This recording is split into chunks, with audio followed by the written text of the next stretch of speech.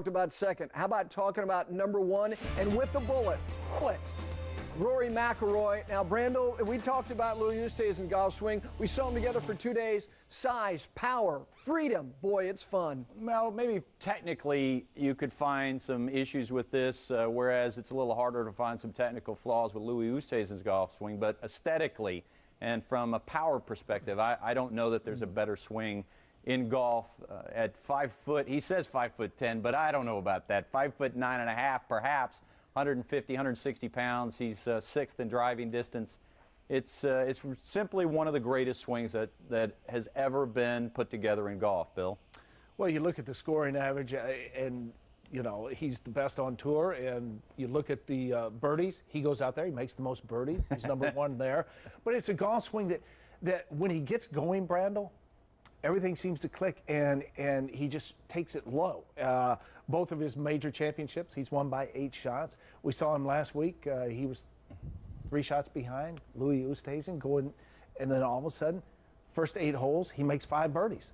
Made the one lone bogey. So it's a kind of golf swing that it's more of a reactionary type swing that once he gets going, he just keeps the pedal down. I mean, it's just gone, gone, gone. Well, it gets your attention from a rhythm standpoint, but he does some things that a lot of players don't do today. He has a full range of motion. He has a full set in his wrist. You know, a lot of players today are looking for a shorter arm swing. They're looking for more resistance in their lower body to the top of the swing, less set in their wrist. He does not ascribe to that.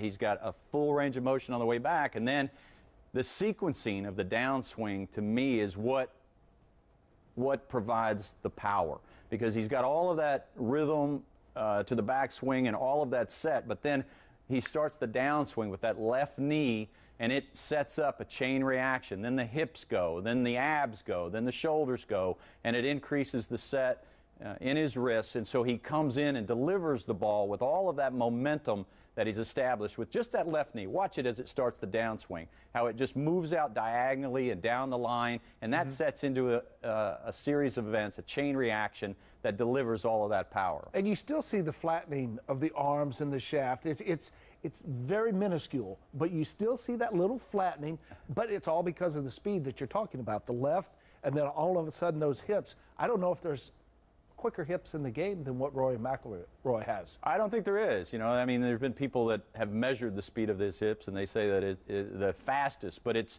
the motion that he uses in the sequencing. So as we take a look at this, just focus on his left knee, and you'll see when he gets to the top, its first move, this is beautiful. This is a big, wide golf swing. You're going to see that he loads into his right side. He gets all of this extension. Connection, absolutely perfect. And definitely low. Now, see how he stays behind the ball with his head, though. And his head not only stays behind the ball, but it turns down towards the target.